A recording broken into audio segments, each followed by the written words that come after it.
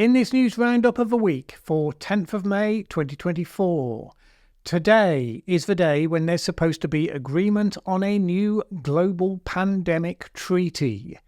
Probably not going to happen, and even if it does, will it make any difference?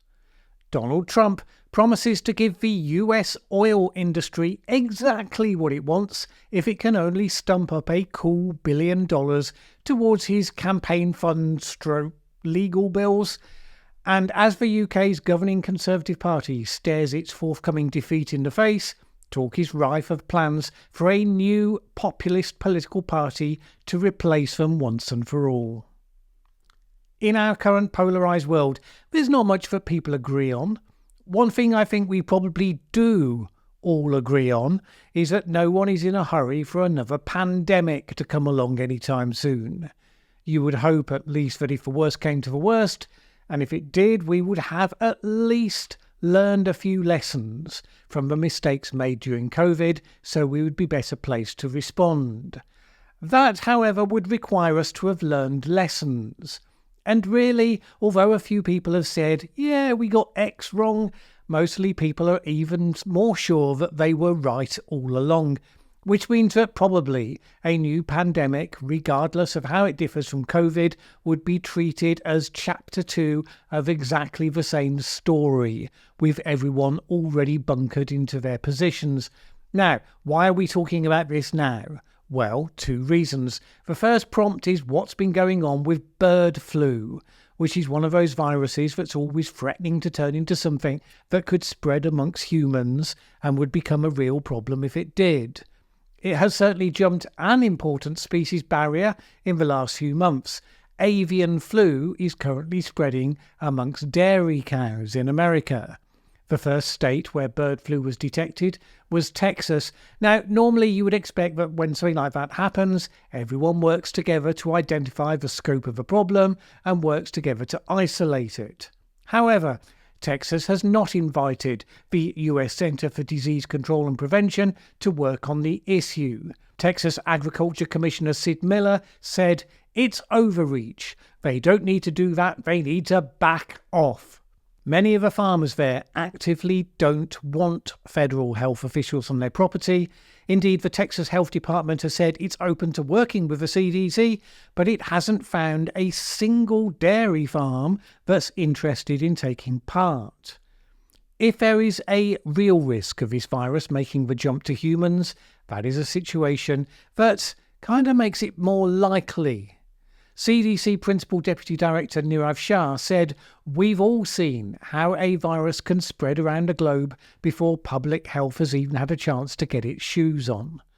The good news is that the odds of the dairy cow outbreak turning into something that becomes a pandemic in people, those chances are low.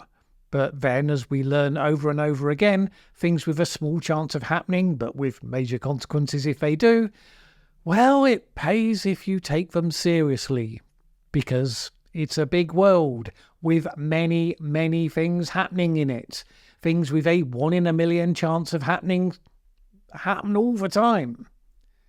The current status is that over 30 people have been tested since the bird flu outbreak was detected in dairy cows, with another 220 being monitored after exposure. There is 1 confirmed case of a dairy farm worker who contracted the virus. He developed conjunctivitis and then fully recovered. Of course, if you're not allowed to monitor more widely, then you really don't know if that's the only case or not. So, that's one prompt. The second is that the World Health Organization is crawling ahead with its proposed global pandemic treaty. I got asked about this in a Q&A some months ago, particularly in relation to early drafts that some people were alarmed about because they thought it would give the WHO powers to force member states to do whatever they wanted them to.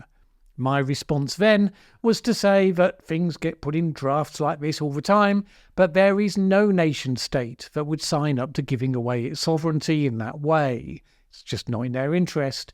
And for all that some like to spread alarm about the WHO or the UN or the WEF or whoever taking control, The fact is that there's no mechanism within the WHO or with any of them to really make life difficult for countries that don't comply. We've seen this over and over again in the past. For instance, there are pre-existing legally binding obligations under the international health regulations for quick reporting of dangerous new outbreaks. Those have been flouted repeatedly by African countries during Ebola and, of course, famously by China at the start of COVID. Just because some government leader attended a World Economic Forum back in 2017 or whatever, there are no signs that anyone is behaving in anything but the obvious ways based on national self-interest. That was as detailed a discussion as we had. I mean, it was only a Q&A, but the latest version has indeed seen such proposals predictably dropped, along with most of the measures that widen scope and increase centralisation. So things like favouring the use of digital health passports, that's gone. Things like more control over the spread of information, that's gone. This was always pretty much guaranteed. The point is that the people who most want such a treaty are the developing countries who felt with some justification that they were royally screwed during COVID. The rich nations developed the vaccines, the rich nations kept them largely for themselves while also competing aggressively for other essential supplies. So you get why that is a point of complaint. But it should be reasonably self-evident that in a future crisis of a similar sort, it's exactly what would happen all over again.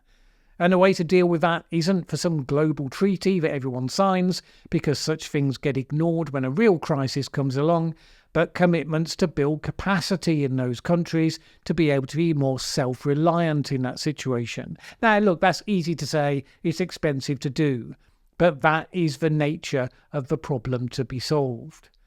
The mismatch of interests in the room pretty much guarantees that either a deal will not be done by the deadline, or if it is, it will be vastly stripped down, arguably a token effort, which people will make the best of and say they're going to build on, but won't really progress much at all.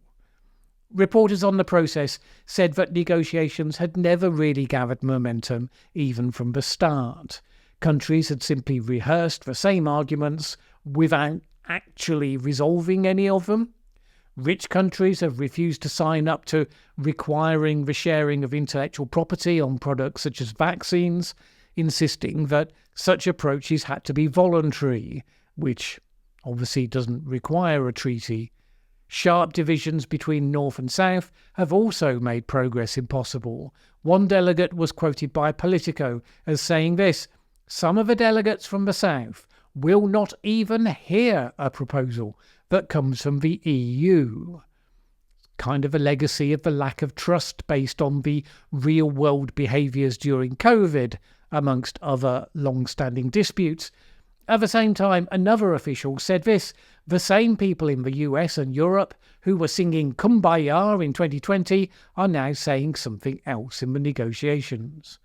One of the concrete proposals that did make it to the recent draft was the idea that all member states would be obliged to give up 20% of pandemic-related health products to other countries and would be prevented from stockpiling supplies while others were in need. The UK was one of the countries that simply said, fine, we won't sign it, so long as that provision remains in it. Now, the deadline for finalising the treaty is meant to be today, the day of shooting this video. Everyone seems to be expecting it's going to miss the deadline, but we're going to find out pretty quickly. The point is, of course, that nation-states can try to learn the lessons from their own experiences of the pandemic to work out how they individually can be better prepared. Okay, it's hard to do in the United States, where it's just one more point of contention in the trench warfare in an election year, but everyone else should be able to make some progress to be at least somewhat better prepared. In the meantime, I continue to sit here just hoping we won't be tested on that again, preferably for many decades to come. It's just that sitting still with your fingers crossed, not exactly a risk management plan. But having mentioned that trench warfare across the pond, while Americans are somewhat diverted by the prurient detail of Donald Trump's hush money trial, specifically the testimony of Stormy Daniels, the legal value of which seems outweighed by the humiliation aspect, the US presidential election continues. The truth is that all the Democrats' attempts to bring Trump down via the legal system, those seem destined to come to little, as all but the hush money trial have been, as was predicted, getting multiple delays. And given Biden's problems with some groups in the electorate, it's now evens on that Trump ends up back in the White House in spite of it all. Which is why it's interesting to hear that Trump recently hosted a meeting of oil industry executives in Florida, where he pushed them to donate $1 billion to his campaign in return for the various actions he would take to benefit them. Oil executives want Trump to end the Biden pause on natural gas export permits and to expand the number of offshore drilling leases in the Gulf of Mexico. Trump also promised at the dinner to slash tax credits for electric vehicles, to reduce government money for wind power. Oil executives are said to be actually drafting executive orders for Trump to sign on day one of his second term. Now, on the one hand, this is pretty blatant and shocking. On the other, it seems unlikely to be illegal under US law. Meredith Mugabe, an expert of campaign finance, told Politico that unless Trump wrote down the exact amount of money he wanted for an exact campaign vehicle in exchange for a specific policy, it almost certainly wasn't illegal. Others supported the activity. Bradley Smith, the chair of the Institute for Free Speech, said that a general pledge such as Trump was making at the event was, quote, a minor difference of degree from Joe Biden promising young people that he would forgive student debt. This seems more of an issue with the US electoral system than it does with anything about Trump. There's no doubt that anything that remotely looked anything like this would be instantly declared corrupt and illegal if it happened in the UK. The basic principle of taking so much money from specific interests, such that you are clearly indebted to them if you win, and that the support doesn't just come merely because they think your existing policy platform is the best for their interest, but because you've promised specific things at the point of donation. It's not a good look. And that should apply regardless of who the candidate is, regardless of which interest the promise is made to. It's simply that Trump's requests were so large and the promise so blatant that it really highlighted the ethical murkiness of the existing process. If this were a totally different discussion, some people would be jumping up with encouragement to, quote, follow the money. Those people are reliably silent in this situation, however. Now, of course, Trump's real problem is that he knows, as most of the oil executives were only too aware, that that $1 billion is going to be swallowed up more likely by legal fees and court costs than actual campaigning. Probably doesn't matter. The American electorate know both candidates extremely well by this point, so it's a situation where the amount of campaign dollars spent is less important when you have an unknown on the ticket. But even so. And speaking of election hijinks, as covered last week, the local elections in the UK seem to confirm once again that the ruling Conservative Party is due for a thrashing in the next general election. Existing MPs are announcing their intention to step down in ever-growing numbers, deciding to go in an orderly manner rather than to endure the indignity of losing their seats, one presumes. And speculation is rife about exactly how small a contingent the Conservatives might actually be left with once the elections actually happened. And as usual, people are interpreting the situation as supporting exactly their own view of the world, however much of a stretch that may be. So, for instance, the populist right of the Tory party are arguing that the results mean that, surprise, surprise, the party needs to pivot further towards the right in order to do better, which, given that out of the 397 seats they lost, 394 of them went to Labour, Liberal Democrats and Greens, it's a pretty remarkable conclusion. One of the former central figures of Boris Johnson's administration, although they're now on rather bad terms, Dominic Cummings, has announced his intention to take advantage of the descent into magical thinking to do everything he can to actively bury the Tory party. This he aims to achieve by creating a new political party, which would be a, quote, credibly anti-insider party to replace the Conservatives once and for all. Cummings has been organising a series of focus groups around the country to get the public mood and the potential success points for his new party. Now, this is an interesting juxtaposition. On the one hand, Cummings has shown himself to be highly adept at running populist campaigns. After all, he was the mastermind behind the Brexit campaign that none of the establishment figures believed could possibly be successful, and yet here we are. On the other hand, if you were to see populism as being generally against the technocrats, kind of hard to ignore that Cummings himself is actually an arch-technocrat. He has bemoaned the incompetence of politicians and civil servants alike in their inability to understand modern technology and statistical analysis. His role in the pandemic response was largely focused on making lockdowns effective, which was the event that led him to falling out with Boris Johnson, whose chaotic approach was not well calibrated with that particular situation. While instinctual UK populists like Nigel Farage and a number of staunch Brexiteer MPs tend to be focused on providing a backlash to issues such as net zero, Cummings is pro-action on climate change, although it doesn't feature particularly in his public campaign agenda. The new party has a placeholder name of the Startup Party, which sounds like a name but should definitely only be a placeholder, I would suggest. He wants it to be filled with entrepreneurs, National Health Service workers and military veterans, and focusing on issues such as cutting immigration, closing tax loopholes for the 1%, investing in public services, and one of Cummings' personal passions, dramatically reforming the civil service.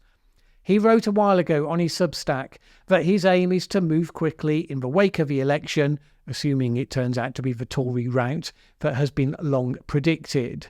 Immediately after the exit polls are live on election night, he says, he would be seeking to divert energy and money away from the task of how to revive the Tories and channel it instead into how to replace the Tories. Could he be successful? Well, he's clearly a highly effective campaigner. There's no doubt the Conservative Party of today, and surely even more so the one that's going to be left after the election, is in a pretty rank condition, and you would have to say vulnerable. But creating a political party is hard. Sounds wonderful and idealistic to say you're going to fill it with entrepreneurs and NHS workers and veterans, but by definition you're identifying a bunch of people who have never been in politics. Now I know we can all smirk and say, well, that would be a good thing, but the nuances of democratic process and how power gets exercised and held to account, we might want to improve the standard of those who get to do that, but there are real skills involved. When you do get upstart parties full of people who don't have those skills, like UKIP in the past, and the Green Party in the past, and probably the present, you often find them an irresistible magnet for the most eccentric types. Besides, one of the key points of scepticism about Cummings comes from people that worked with him in the past, who attest that basically he's unlikely to succeed because one of his major skills is that of pissing people off.